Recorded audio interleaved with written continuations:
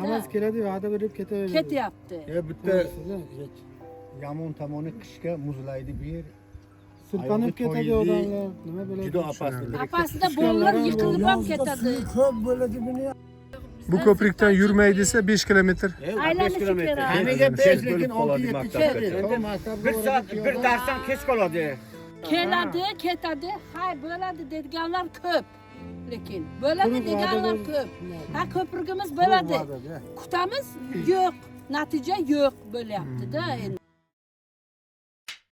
Yaxshilik mahallasi. Keladi, ko'radi-yu ketadi.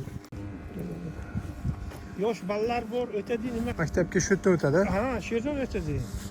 Yo'l ana shunday bolalarga azob o'tishga tilamaysiz dedi, keladi. Shu bilan tom bo'ladi. Va'da ko'p bo'ladi. Va'da ko'p. Mana ko'ring, mana bu yerdan o'tish qanday muammo. 82-yil bo'lgan. Ko'taradimi? To'xtamdan o'tadi, ko'ring qanday o'tadi. Bolalar maktab bosqichlar.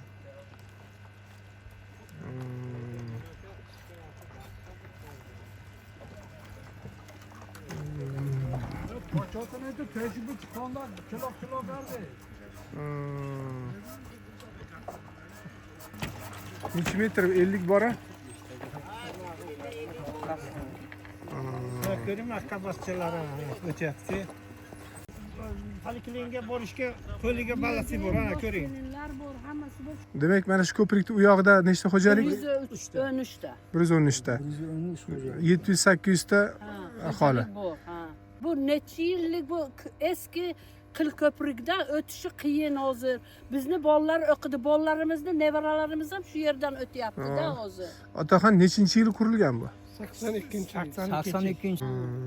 82-yil. Endi bolalar shu yerdan u yerga dehqon xo'jalik, dehqonlar ham shu yerdan o'tadi, veligi bilan ham o'tadi. Nima kerak bo'lsa Yuk shu ham yerdan, shunday yukdan o'tadi. ham shu ko'prikdan o'tadi. Hamma shu yerdan ambulatoriyaga o'tadi. Qabriston ham bor shu yerga. Dashso'xtaga. Mashina bilan aylanib kelish qancha? Aylanib kelishi 5 kilometrda. Moshinliklar boradi, moshinsizliklar piyoda chiqadi. Qishlarga shunday loy, mana bu yerdan tushish loy. Shu qorga ham o'tamiz. Bolalar maktabga o'tishi ham shu yerdan. Ketishga ham xavfi bor edi bizlar. Yana aytaman, mana hozir qiz kelinlar meni deb o'tmadimi? O'zi shu. Keladi, ketadi, hay bo'ladi deganlar ko'p. Lekin bo'ladi deganlar ko'p. Ha ko'prigimiz bo'ladi.